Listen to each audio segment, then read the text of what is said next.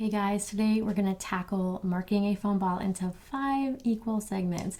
This one's a little bit trickier than some of the other videos that I have done for you where we did 6s and 8s because we're marking a foam ball now into an odd number of sections. So it's a little bit harder with the paper strip method, but we're going to tackle that. We did do something to make it extra easy for you though if you're using a 3-inch foam ball. And that is, we created, just like you've seen in some of our other videos, we created another template for you. This one will help you mark a 3-inch foam ball into 5 equal segments, and it is as simple as cutting these out and using it as a template. And I'm going to show you how to do that. We also, of course, just like in the other segments that we've got, the 6s and 8s, we've also got foam balls that are marked, pre-marked into 5 equal segments, which is awesome. These are super, super convenient and easy to use.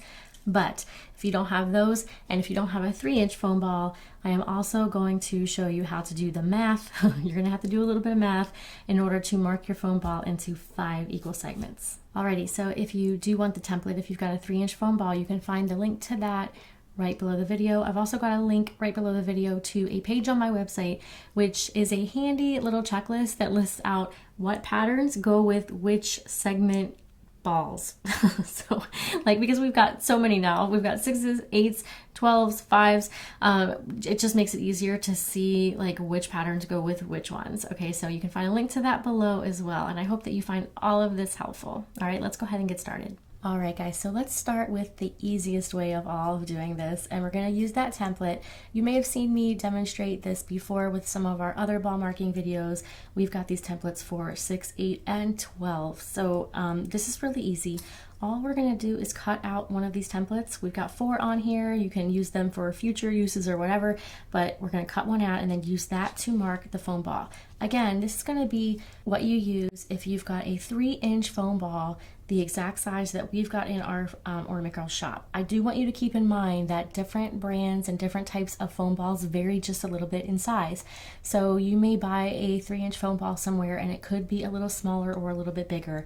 It seems like from brand to brand there is a lot of variation. So just be aware of that, but this is going to fit the 3-inch size foam ball. And I'm just going to start by cutting out one of my strips. And we want to cut along all of the dotted lines and not any of those solid lines that are inside. Okay, so now we've got the strip, and I'm going to take a plain 3-inch foam ball, and I just want to wrap this around the ball. Now you'll notice that your foam ball will have a line running around the circumference of the ball. That's actually just the mold line, like when they make these foam balls and they put the 2 halves together. So that line we like to call the equator because it runs right around the center and it divides it in half. And then you'll also see that you've got 2 imprints on the top and bottom. So one on the top and one on the bottom, and we call those the poles. So that kind of just marks the top and bottom of the ball. And we want to start on the equator line and just pin this end of the little paper strip right along that equator line. I'm just sticking one pin here in the end. I'm not pushing it all the way down because I am going to be removing it in a second. But I just want to wrap this right around, pinning it in a couple of spots just to keep it secure on there. That way it doesn't wiggle around on me until I get to the end, like this. You may have a teeny little bit of overlap there, and that's totally fine. Okay, so now what we want to do is we actually want to draw a line on the ball in line with each of those lines on the strip. And we want to start where we started and ended on our strip. That's going to be our first line. And then we're just going to keep going around the ball, making a little hash mark with our pen right on the ball and in line with each one of those lines.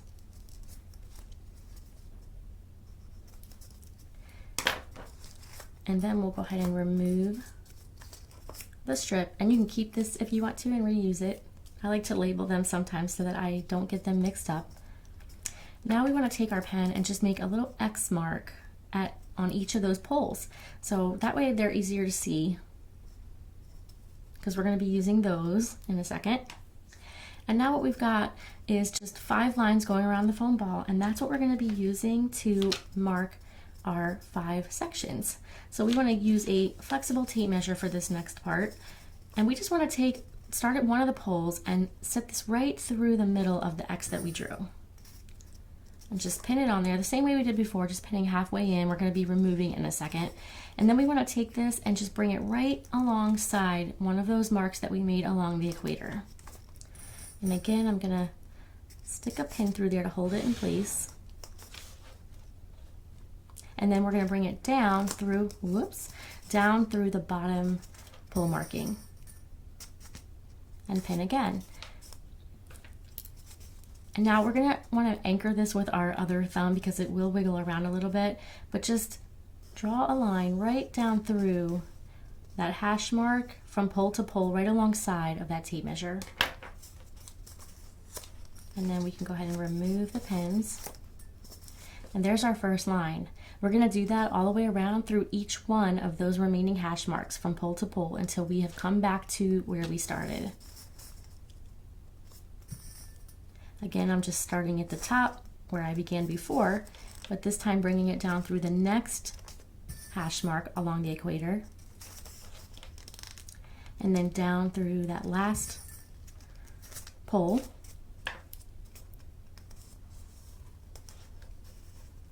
and drawing that line. So it's really easy.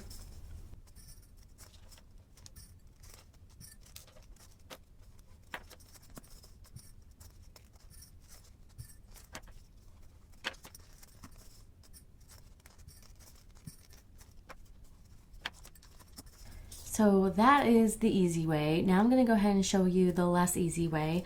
And that is to basically create your own template. So you will be having to make your own template like this and divide it into 5 equal sections, and then use that to transfer the lines onto your foam ball. And this is what you're going to have to do. You're going to have to make your own template if you've got a different sized foam ball. So maybe your foam ball is a little bit smaller or a little bit larger, and then the template of course wouldn't work. So what we want to do is cut our own strip, and we're going to make that into 5 equal sections. So I'm just cutting a strip off of the bottom of my template sheet. And the first thing that we need to do is make sure that this is the right length to wrap around the foam ball. And if you've got a foam ball that is a different size, this is especially important. So I'm actually just going to take this strip of paper and wrap it around the equator of another foam ball. And see how it's a little bit big? We want to cut that down so that it will actually be the right size. So I'm making a mark there so I can cut that off.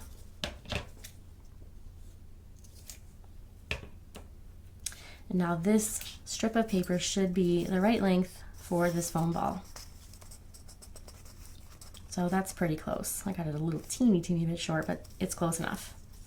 So there's actually 2 ways that you can go about doing this. There is a little bit of an easier way. It's still not the easiest way, but it's a little bit easier. And then there's the harder way. The harder way is the math way. We'll do that next. It's not my favorite way, but I will show you how to do it. That's a more precise way. If you do it by math, you'll be able to get this a little bit more precise. Now, the less precise way is to try to fold this by eyeballing into 5 equal sections. Now, you know how you fold a letter and you fold like in thirds, like this? And it's never exact, but you just kind of like fold it. We're going to try to do that, but in fifths. And this is why I say it's not the easiest thing in the world, but it's possible.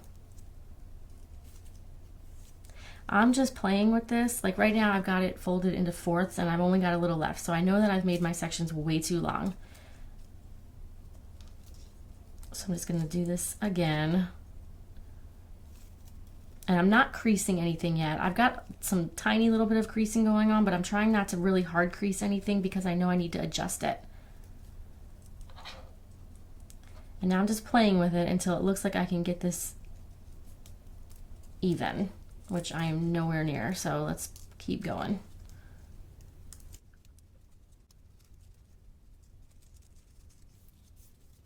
So I'm uncurling this because that one didn't work, and I'm like starting to get a little bit of bend marks and stuff, and I don't want that.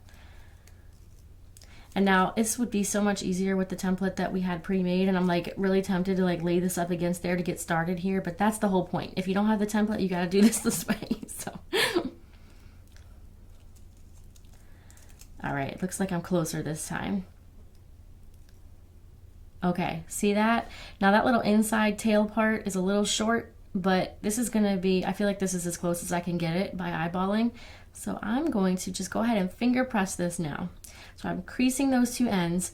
That's going to give me a hard line, a hard fold line that I can use as my segment marker point. And I'm unfolding, and when I unfold this, I should have 5 equal segments on this tape. So 1, 2, 3, 4, 5. Yes, I do. Okay, so just to make this a little bit easier to see now, because when you go to put this on the foam ball, it's going to be difficult to see where the fold lines are because they'll be smoothed out.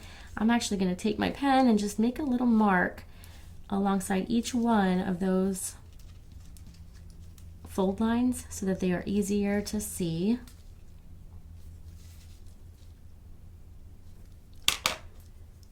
There we go. And now I would put this on my foam ball exactly like we did before with the template. We would pin this on, draw the X on the 2 poles, and then draw a hash mark at each one of those lines, and then create our lines, just like we did. And if you need a refresher on that, it's at the beginning of this video. Okay, so that is the way that we can do this kind of by eyeballing if we don't have the template. So now let's go into the math way, and this way is my least favorite way, and it is still not exact. It's more precise than what we just did, but it's not completely exact because sometimes you'll get some weird decimals and stuff and you kind of have to approximate a little bit, but it is a little bit more precise than the way that we just did.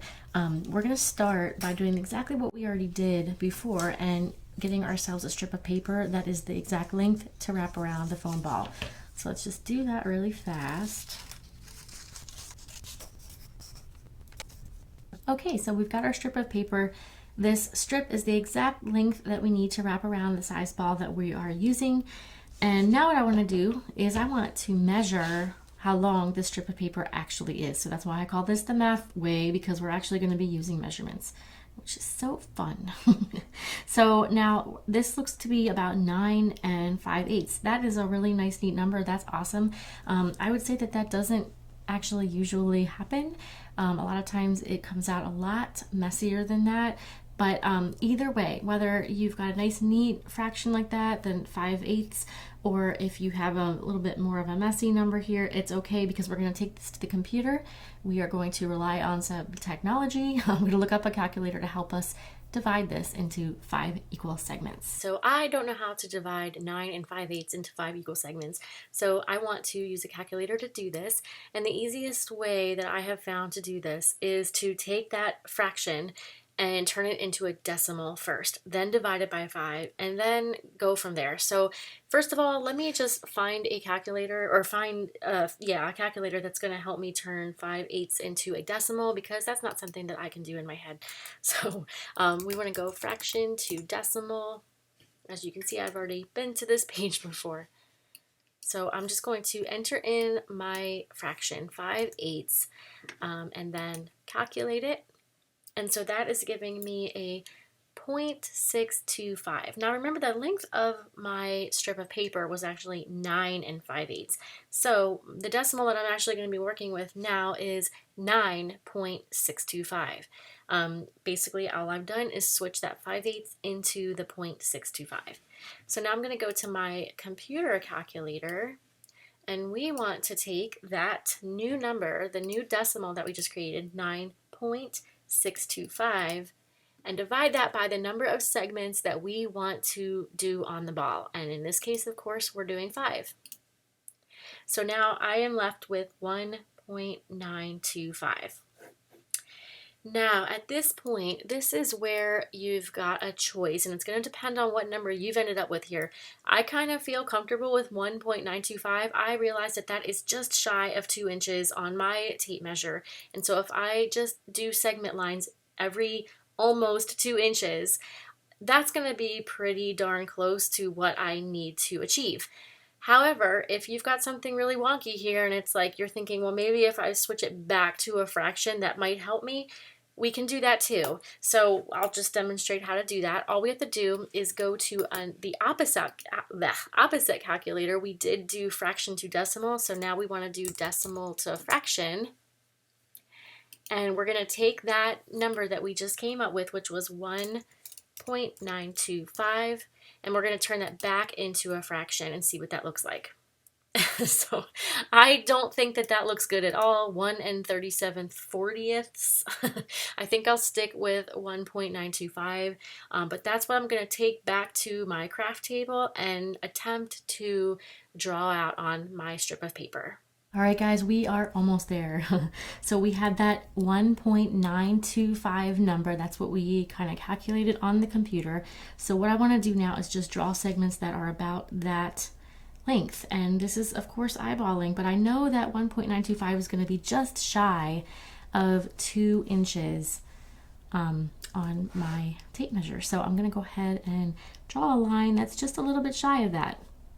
And I'm eyeballing, but I do feel like I'm getting a little bit more precise than just folding. So now I'm gonna move my tape measure over to where I drew that line and just keep doing the same thing. Coming over here to where I think the 1.925 mark would be. I'm trying not to draw on my backdrop here. Oops. Okay, and then that means, so I did 4, that means that last section should be in the neighborhood of that same length, and it looks like I did pretty good. That one looks like it might be a little shy but of what the other ones were, but I'm pretty happy with that overall. So this then is my new template that I've just kind of created myself using that math. Depending on how big your ball is and how long your strip ends up being, you may be able to get a little bit more exact with your numbers than I did. It's just all going to depend on exactly what size ball that you are using, but by doing this you can ensure that your lengths that you do will be the right length for whatever size ball that you happen to be using.